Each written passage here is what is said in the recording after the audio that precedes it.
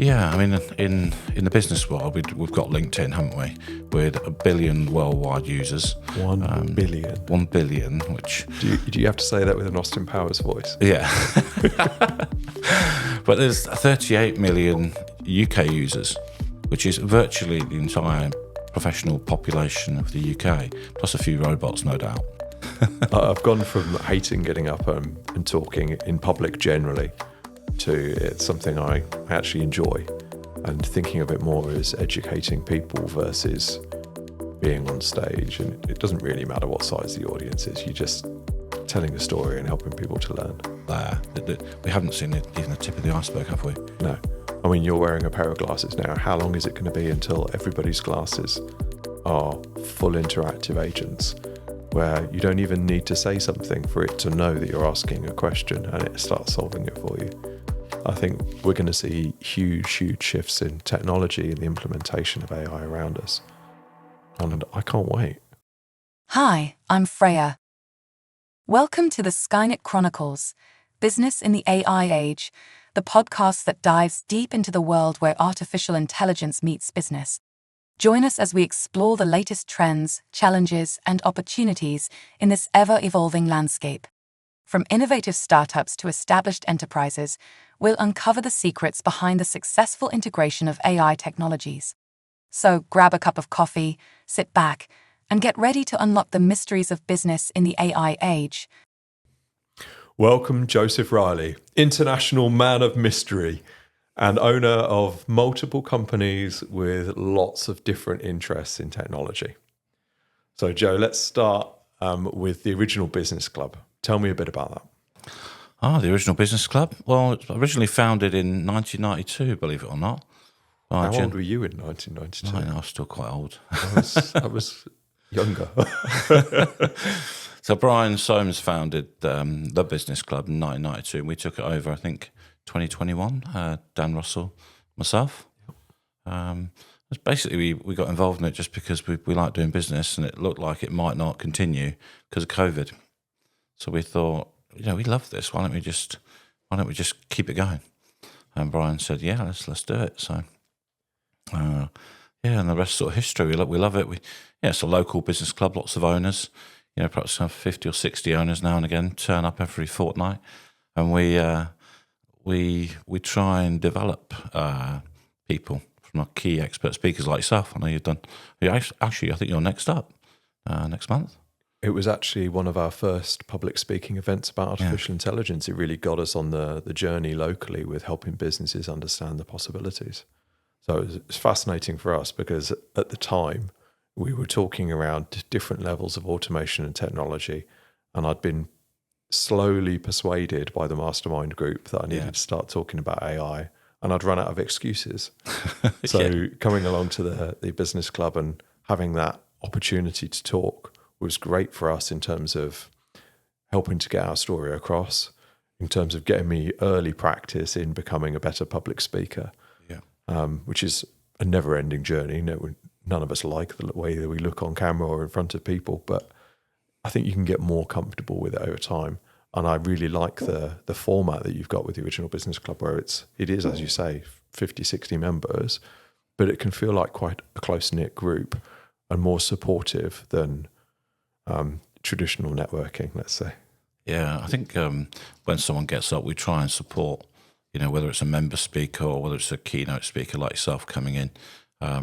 Especially when you don't know people, it can be quite challenging because you don't really know anybody in the room and therefore might be a little bit intimidated. But, our members that get up and speak, they'll learn that it's one of the big fears, isn't it, in business, public speaking in front of people. I think it's rated number one biggest fear. So when they get up there and they do that and they speak about their business, guess what? They get business as well. People in the room go, oh, right, you did that. I thought you were just this. It's just demonstrating understanding, demonstrating expertise, and actually getting your business out there a bit, isn't it? One thing I found amazing was when you did the first one and you came back, it literally 4 or 5 months later, just how much your industry had changed. Most industries just have moved fractionally, don't they? Yeah. But yours had just taken a seismic change with all the new introductions and upgrades and stuff. And it's not slowing down. It's like It's a wall, vertical wall of change. Yeah. Well, you're doing a speaking event next month, aren't you? I think 23rd or something. Yeah. That'll be interesting to see where that journey has taken Project Rising. Yeah, it's going to be fun. I've gone from hating getting up and talking in public generally to it's something I actually enjoy, and thinking of it more as educating people versus being on stage. And it doesn't really matter what size the audience is. You're just telling a story and helping people to learn. Yeah, a bit of storytelling, and where you've come from, what you're up to, and how actually you've changed from being where you were, as you say, moved into this sort of AI world that can. Look, people don't really know how significantly it can help them. I think there's a fear out there. Obviously, I was just talking to someone this morning in the canteen, and it was like it's just fearing what AI. I mean, it's just propaganda and media, but actually, it's looking at your business, isn't it, and thinking, what could we do differently? And it's of course it's very challenging to understand that. Yeah. How can AI help a business if you don't have an understanding of AI?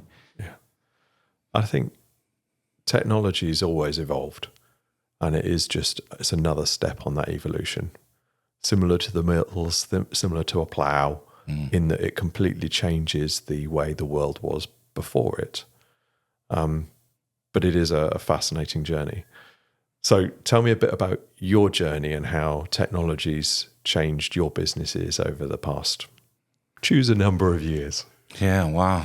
I mean, how far do you go back to think about change? I mean, I go back to, computers just getting introduced into businesses. Yeah. So when I first started as a young sort of bookkeeper, administrator in a business, we wrote the ledgers by hand. Everything was done by hand, cross-cast by hand, filled out, written again. You can imagine how many times you've got to keep writing things. Because I actually can't. It's incredible. We used to have like a purchase ledger, which was a handwritten ledger of every single person you were paying, the invoice, how much you paid, when you paid it. And then you'd actually then generate into general ledgers all by hand. So going into the computer world, and the introduction of computers was around the similar time I started work. Of course, then businesses were getting involved in computers, software systems, real clunky systems that if you let's say you pressed a hash key, the whole lot disappeared or something like that, and it was lost. So there was this sort of evolution of computers, but it stayed very, very samey for a long, long period of time. You almost got used to one piece of software, and it probably never changed really. In today's world, things are changing instantaneously. You open up a new piece of software, or existing piece of software, and have changed the layout. Yep. This did not happen in my time. My first foray into business, we had software. It stayed the same. We used it, and it became the foundation of how you work.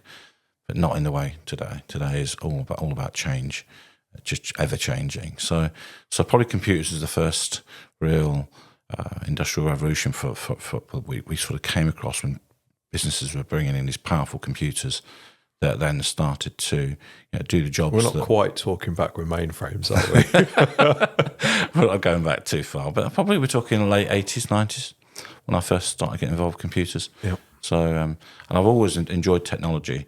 So I think if a top 10 of a business in a business owner's world, top 10 is staying up with technology as best you can. Not mainly you need to know how to do it, but understanding it a bit, because if you fall out of the way of technology, then you're just going to get left behind so far that you're not going to be able to understand what your next step is. So companies aren't using written ledgers anymore. I don't Computers think so. have pretty much solved that. And then obviously the internet fundamentally changed things again. So what impact did that have on you?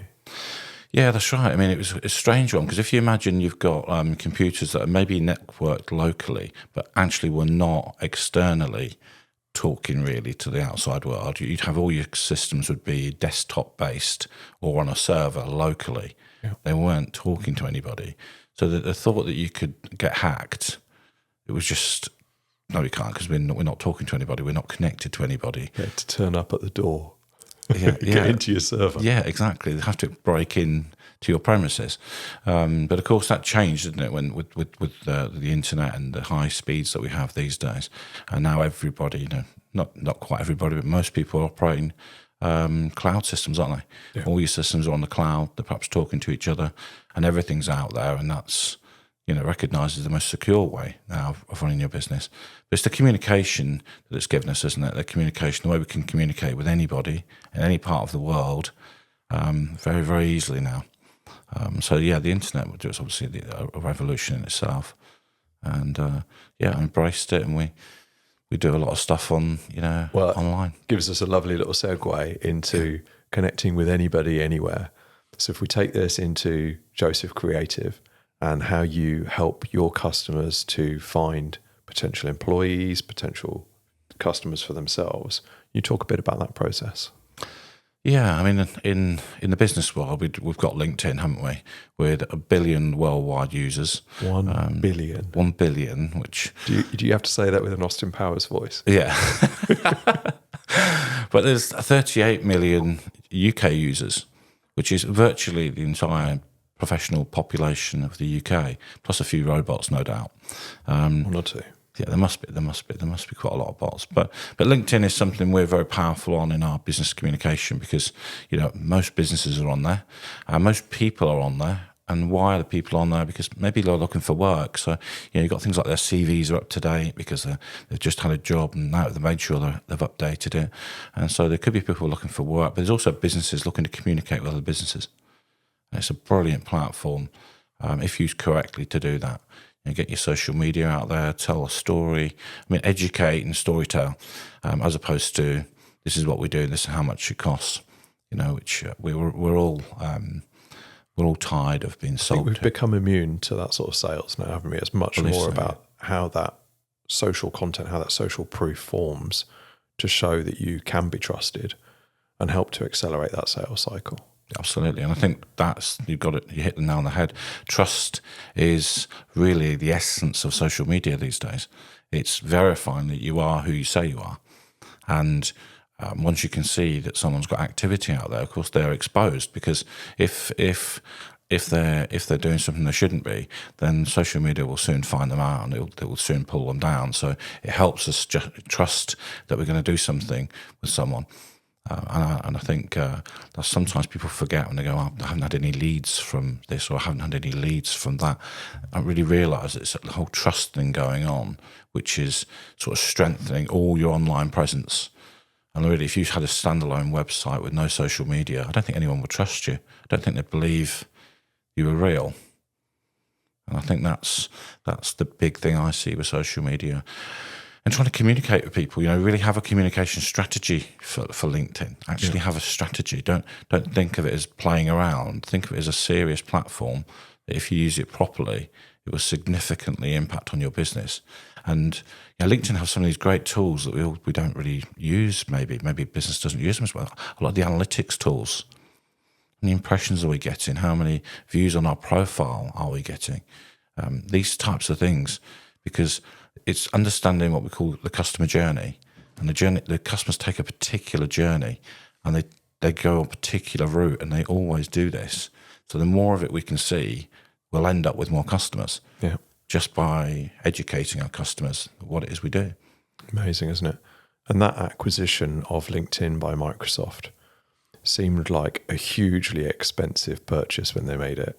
Yeah. But they bought all of the information about all of the active professional employees in certainly every Western company in the world overnight.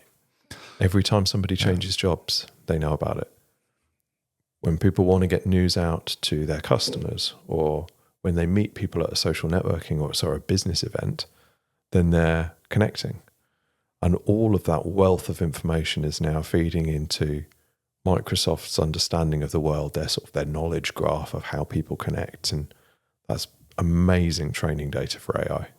Yeah, I mean, they paid $26.3 billion for it back in, I think, 2016. But have you seen LinkedIn's growth? When everyone else's subscribers are dropping off, Microsoft's doubled. and in the graph is just exponential. I think they were turning over 2 billion back then. Yeah. Turning over 2 billion. It seemed like quite a price over earnings, didn't it? Yeah, well, I think it was probably one of the first real technology type sales of its kind. Microsoft obviously spotted the opportunity. It's paid an enormous amount of money for it. Yeah. I think its revenues are now close to 50 billion a year from memory. So they're certainly getting a return now. And like you say, the information, the data, everyone thinks that way now. I'm sure the likes of Amazon were thinking that way about data back then as well, but perhaps wasn't so known how much data was really being captured and used for the future. Well, Facebook made a play for it, didn't they, with their Facebook Workplace product, which I think they've now killed, which was their attempt to clone the Facebook model and put it into businesses. Whether it crashed and burned or not is an interesting choice of words, but it certainly was never a competitor to LinkedIn, and never a risk to Microsoft's domination of the business software suite space. And then they made the acquisition of GitHub, which at the time seemed like an interesting one, where people were willingly posting their code for other people to see, access, and improve on it. What did they buy? They bought the data from millions of developers submitting their code, and then they trained an AI on it. So Copilot can help you write code. It was one of the best sources of information available on the market, and they bought it before it was even a thing. Amazing. To have that level of insight within a business and that foresight, really, wish we all had it. Yeah, I think because these companies have millions of customers, so they have millions of points of data, already. So they sort of understand these different points in place. And it's not always how much data; it may be the specific data points that you have that are important. And now, if you look at businesses now, the software businesses, are being really heavily sought after, aren't they? Yeah. Because the ability to be able to, take this data, understand this data, and think about where it could go. I mean, much like your own business, you can walk into a business and have visions for that business that the business owners couldn't possibly have because they just don't have your knowledge on AI. I mean, for me, it's just looking at a business in terms of a series of processes and steps and going, okay, well, you're doing that to that to that. It's almost, this is your as-is process map. Here's your to-be process map, straight out of Six Sigma and business transformation. And how do we use technology to shortcut that and make it happen more quickly? So I don't think it's a unique set of skills that we've got, but I think we're quite privileged in that we've been through that very, very process-driven history through different companies to now being able to go, okay, and we've got all of these capabilities of artificial intelligence and automation that can make things happen so much easier. How do you keep on top of that when you think of the capability? So normally, like if I look at my business, we've got X amount of capabilities, and it stays, fairly stable, that capability of what you can actually do. Yeah. Of course, in your world, it must just be forever changing. You've got to try and keep up with it. So I dedicate time each week to researching what the latest and greatest capabilities are. That's one time block in my calendar. And then I have a day dedicated to prototyping every week. And so in that time, I'm not working on a customer project. I'm working on ideas of how we could do things. And we encourage the developers to do the same thing. So they're experimenting.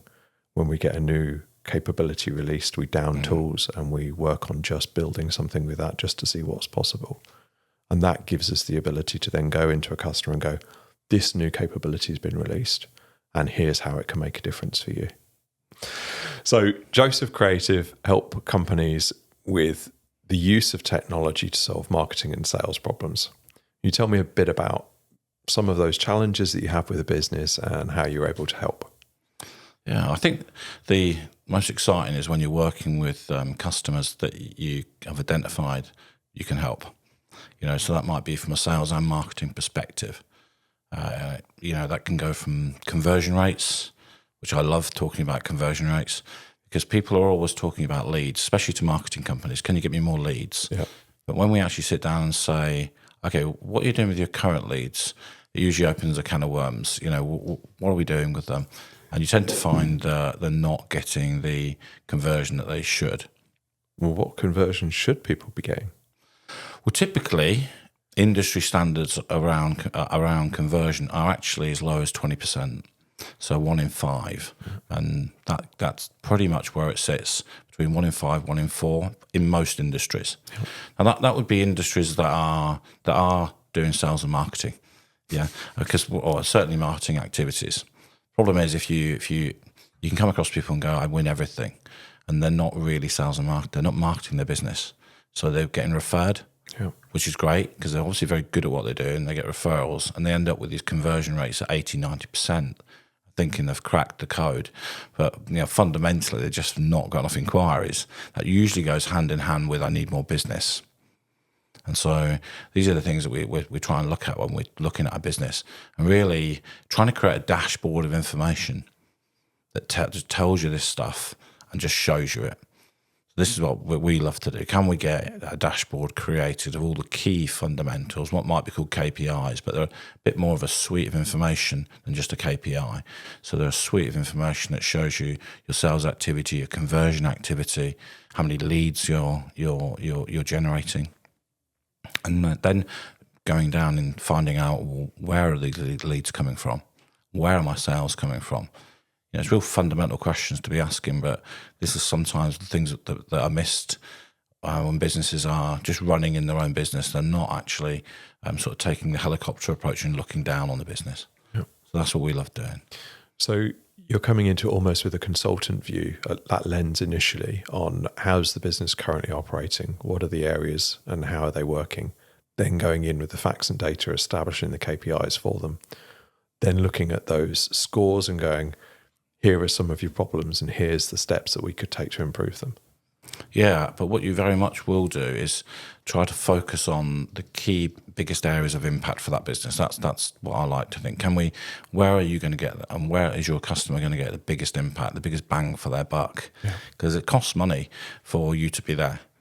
I see it as an investment. So if they're investing in me, can I identify any quick wins that will bring money back to them, while fundamentally looking at the most important area? So if you walk into a business and they've got a £10 million pipeline, then you want to be assessing that that's absolutely being worked properly because it's £10 million.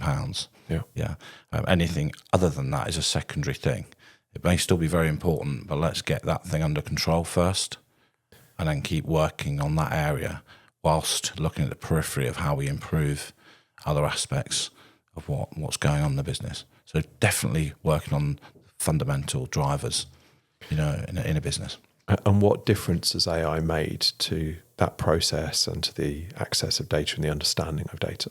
I think in varied ways. I mean, we are still early days into this process, but certainly we can see with some of the colleagues I work with who are now using AI to do work that would have taken them, from a legwork perspective, maybe months, and AI can turn that around in a much. I mean, we're talking hours now. Yeah. Maybe it's even minutes.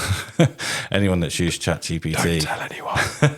But these. But this is not a finished article. But AI is taking huge amounts of time, legwork time out, at no real cost of quality. If not, the quality of some of the stuff we're getting out is so good.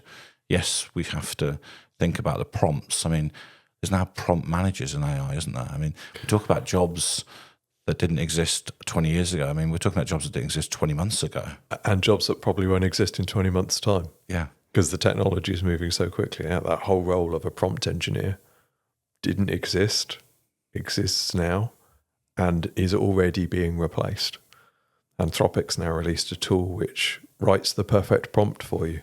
You give it the base bits that you need and it comes back with a great response. Love it. And we built something similar about 18 months ago for getting photos out of Midjourney, and just seeing the way that even something as simple as prompting is changing and how long that will be appropriate for is fascinating. I still like to think that even with the perfect prompt, you're not taking something to the finished article. You need humans in the loop. And so even if you've got a business where they're relying and leaning heavily into these capabilities, we're still saying, well, look at the output, check it, make sure it's on brand, make sure that you're happy with the content. Don't rely on it as being the perfect finished article. And I think in that way, it's still a combination of human and machine to get the best out of it. Yeah, I think keeping it real and authentic to yourself, I think, is the challenge, because I think you've got to still sketch out where what it is you want. I mean, effectively prompting, but you don't need to prompt the whole lot. But you need to understand where we're going with something. Otherwise, you'll get it thrown out. Points 1 to 10, which could be entirely great stuff, but it isn't authentically you. Yeah. So it's trying to build something that this is how I would have gone about doing it, and then obviously the AI is going to actually do it better, actually. So, but it's got the shape and feel of you, because you decided how the journey was going to be with it, and I think that's the challenge, that we don't want to be too lazy, because it's easy to be lazy with the prompts and lazy with just ask for this, ask for that, and just get a load of stuff out. That the internet's going to be full of AI crap in, crap out. Yeah, exactly. I think that's the challenge for all of us, to make sure that we're still taking the time and that the creativity of our own minds and using that, AI helping that, as opposed to creating the creativity, because it surely would come to an end if it's just learning from itself. Depends on the quality of synthetic data, which is going to be a fascinating space, but let's not dwell too much on that at the moment. So you've helped a few of our customers bring their solutions to market. When we think of profitable marketing with their Make Your Business Visible, with flagship partners, with Allied, can you explain a bit about how you're helping those businesses bring an AI product to market? Yeah, I mean, it's essentially the same as bringing any product to market, but there's always going to be a larger education piece around an AI-based thing, because people just won't really understand it. Yeah. And they may think, as they normally do, like ChatGPT can do that. When in actual fact, it's just not the case. I mean, we need to rely, in business, we need to rely on giving information to customers that is highly accurate. It's almost got to be flawless. And so that's where these products are immense, from what you guys are doing there to make sure the guardrails are in place, that we get proper information back to customers. Trusted sources, referenced appropriately. Yeah. So, we're doing stuff like building digital assets around, and then we're identifying the target audience for these products, and then we're communicating with these products. We're perhaps setting up waiting lists. Let's get into these products. These products are going to take time and effort, and we want to deliver them properly. In actual fact, there's a waiting list. You can't just buy some of these products. You've got to wait for them. And that's going on. So there's all these techniques that we are using to build the product. But ultimately, the product has got to be fundamentally brilliant. And it's got to stand away from anything else out there at the moment. And I think these products do. Yeah. They're very, very good.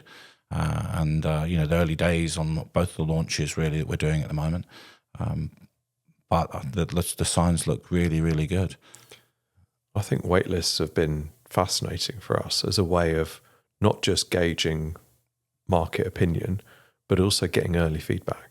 As a source of beta testers, if somebody's put forward, I'm interested, then you've got a set list of people who you could test a product with. You can get their feedback. You can then use that feedback to refine a product, to make it perfect, to make it fit for market. And just able to use that and then test iteratively on more and more people is fantastic. Yeah. I don't think enough businesses use waitlists. I agree. But I mean, if you think about it, people will invest upon a waiting list.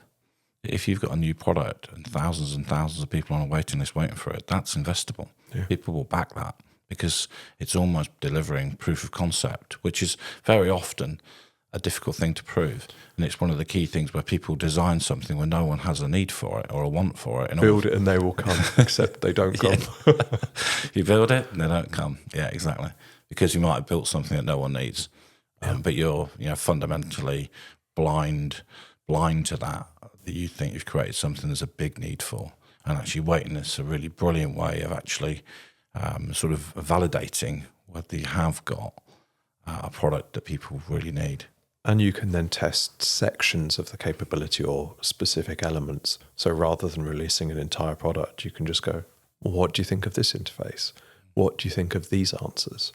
what sort of questions would you ask? So it really helps with building true voice of the customer and then validating it quickly. One of the things as well I think is important is getting stuff done. You know, I've spoken to people that are developing this, they're developing that, and they've been doing it for years. Okay, it'll never ever get to market. And nowadays, if it's taking too long, it'll be out of date, probably get done by someone else, and you've lost your opportunity. So being able to get, like you were saying there, maybe just a section of something done and get it out there. Now, people won't normally do things like that because they're, oh yeah, I want to get the finished article. But we know the finished article has to look like perfection, and therefore we may never get the finished article to market. So actually getting it out there, and like I know really, really popular beta testing stuff, so you're very aware that there's going to be some issues, but you're letting people know, let's improve this together. And I think getting out, I mean, it's one of the biggest things I see in business, just do stuff. Don't sit around thinking you're going to do it, just do it. Be a person and a team of action versus just procrastinating. And it's easy to try and build for perfection. Some of our developers have that mindset where they want something to be perfect, which is fantastic. It's admirable, but it also doesn't really fit the timeline of technology change that we've got around us. Absolutely. And getting something in front of customers so that they can use it, improve on it, and make recommendations. And having that short development time is critical, because in 3 months' time, an entirely new capability is going to be released. What impact is that going to have on the product? Yeah. So we like to keep it simple, these sort of 4-week builds, because during that time we can demonstrate something sufficiently, we can move the industry forward, but it's not so long that there runs the risk of it becoming out of date. When you talk to companies and they've got an 18-month pipeline and they're building something and they set these plans, before large language models became public domain, what are they doing? I mean, it's just completely outdated. If you think about Apple, when they launched the iPhone had no camera. The technology was there. They could have launched it with a camera, but they didn't, because it might have delayed the launch for X, Y months. Okay, and they thought, well, that'll just be an upgrade, like the iPhone 2. Yeah, and so if we think about that in business, we're going to launch this, but we've got improvements that we can bring. Brilliant. And in AI, these improvements are developing hourly, so we need to be focused to deliver what we need to deliver, and then review it with the updates and improvements. You know, that way we get stuff done. Yeah. Like you're saying, if you have this perfection model in your mind, you will never ever get done, because there'll always be something new that gets launched that could make what you're developing better, and you'll never get it done. And it's easy to see. I mean, we've had customers that have been on that sort of slow release schedule, and the concept of the product evolves over time. And that's fine, but actually getting it in front of customers, using in anger, gives you that feedback, that validation, and also, more importantly, revenue. And that's obviously important for the customer, but it's important for us too if we're on a profit-sharing model, so that we're building something that is actually used, that's relevant and fun, really. If we're building with the latest capabilities, that's where I get the most reward, because I like playing with toys. Well, I know that because I think Friday you were showing me some more capability that makes you giggle, and it's just hilarious. But these things are real; they're real world, and they're going to make a tremendous difference, especially with the access to the mobile phone use with AI now. You know, just really what's going on there. That we haven't seen even the tip of the iceberg, have we? No, I mean, you're wearing a pair of glasses now. How long is it going to be until everybody's glasses are full interactive agents, where you don't even need to say something for it to know that you're asking a question, and it starts solving it for you? And maybe that'll be into your ear, maybe it'll be into a screen below. Yeah. I think we're going to see huge shifts in technology and the implementation of AI around us, and I can't wait. I think I was thinking about this before coming on here today.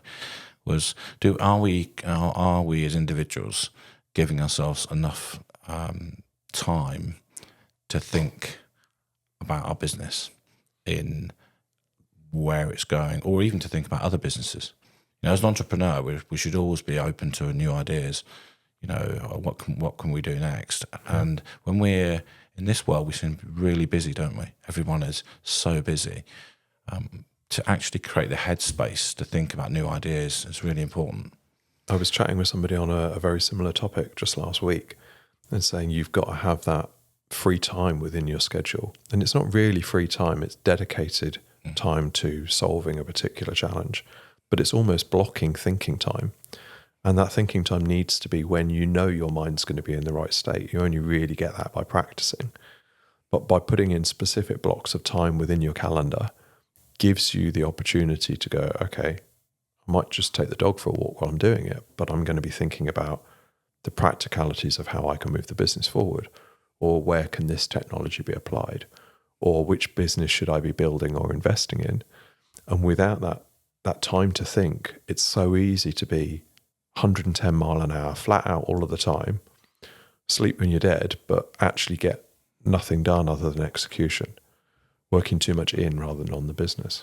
Yeah, and that can be giving you some really good results, because you're just boom, hitting it. But essentially, if you've not created some bandwidth for the future, then you're going to be running into a problem. And the issue today is that there are people out there that are spending all their time at the moment looking at what the future looks like. And they could be sitting around your business. They could be what might be considered a competitor, but sort of just off radar. They're the one most dangerous to your business. Yeah. And so you operate in a particular way now. You've not got your eyes on that radar. And therefore, before you know you are, you've got a legacy company that's just full of legacy issues. How do you move it forward?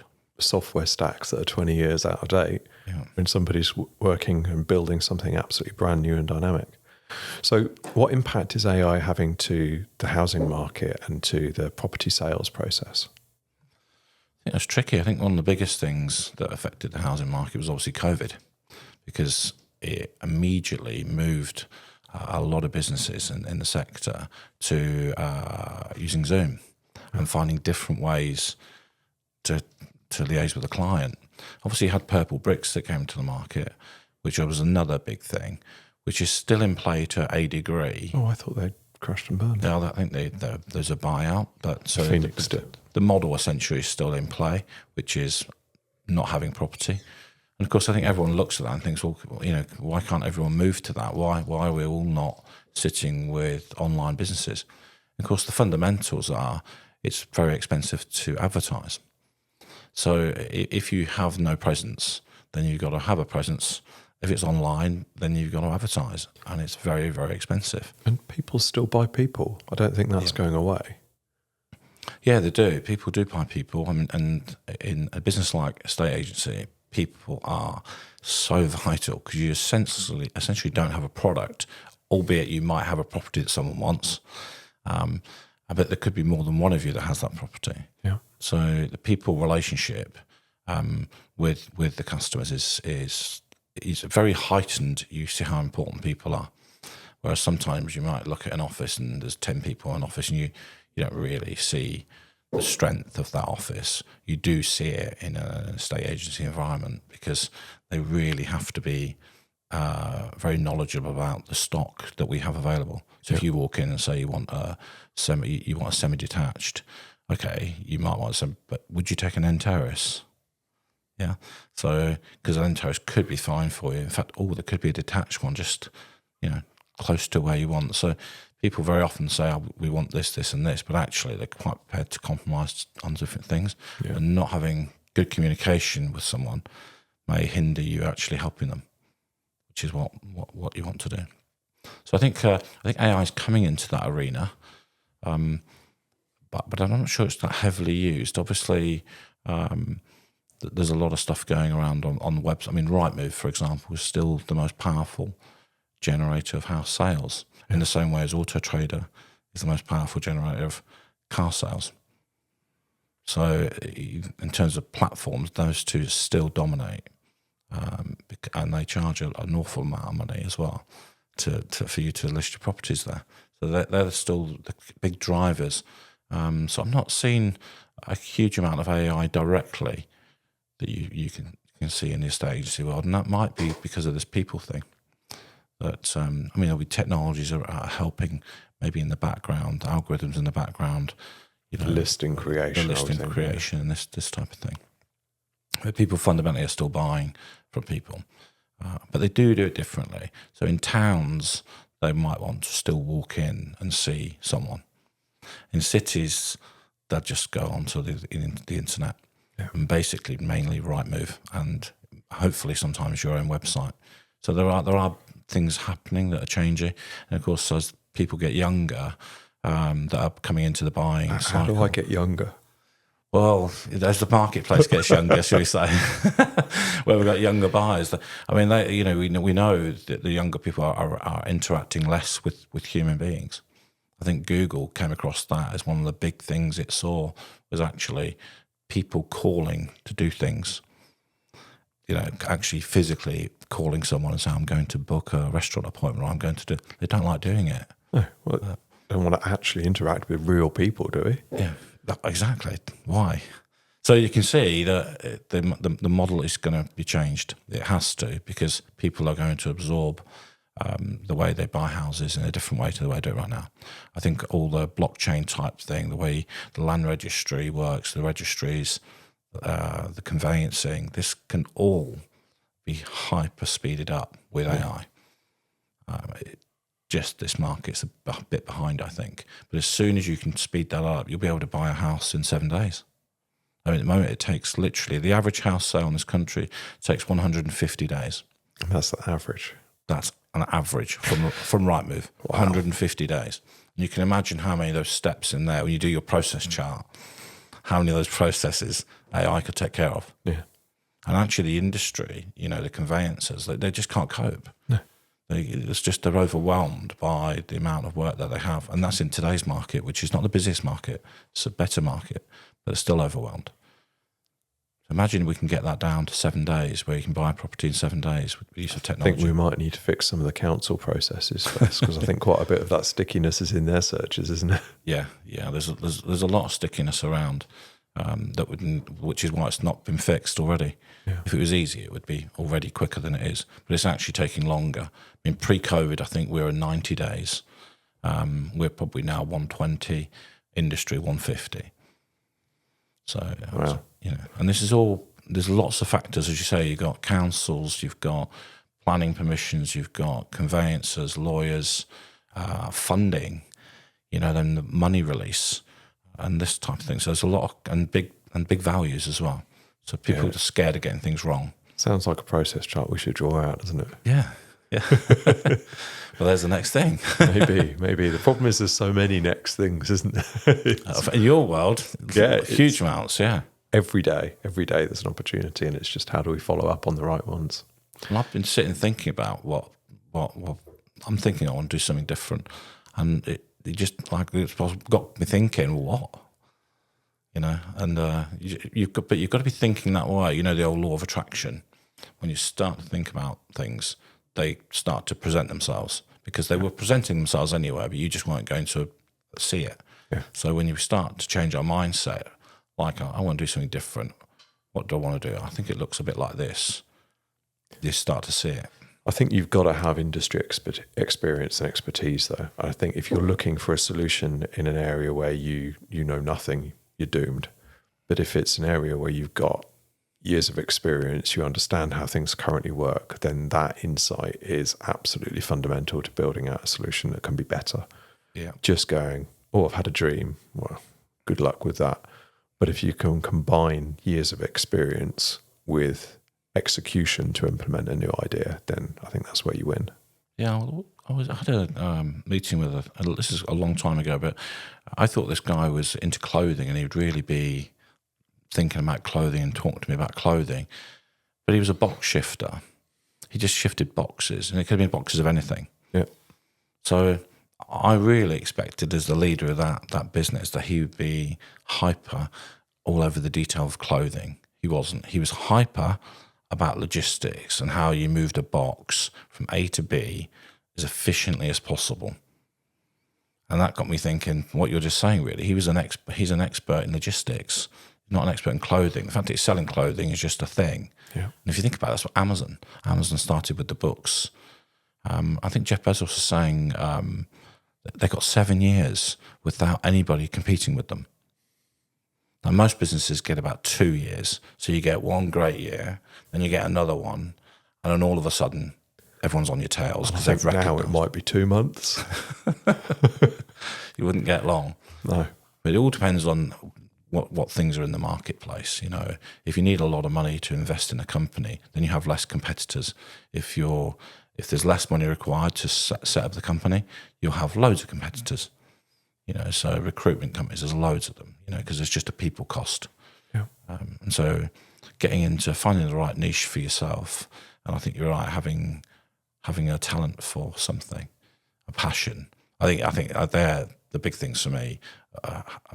Being highly motivated and passionate about what it is, because when things get tough, that's what's going to get you through it. If you're not passionate, trust me, you'll be competing against people that are. Yeah. So when you start to wane, these people will still keep going and they'll never quit.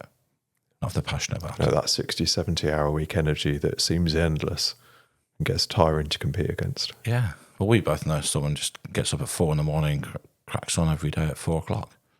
Relentless. Yeah.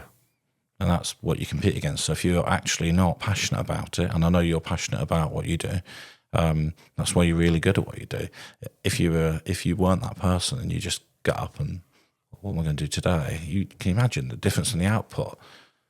Well, you just become another sheeple, don't you? Yeah. Following the crowd. Yeah. Well, fantastic, Joe. It was lovely having a chat with you today. Thank you very much for joining us. You too, Tim. Thanks so much. Speak soon. Bye.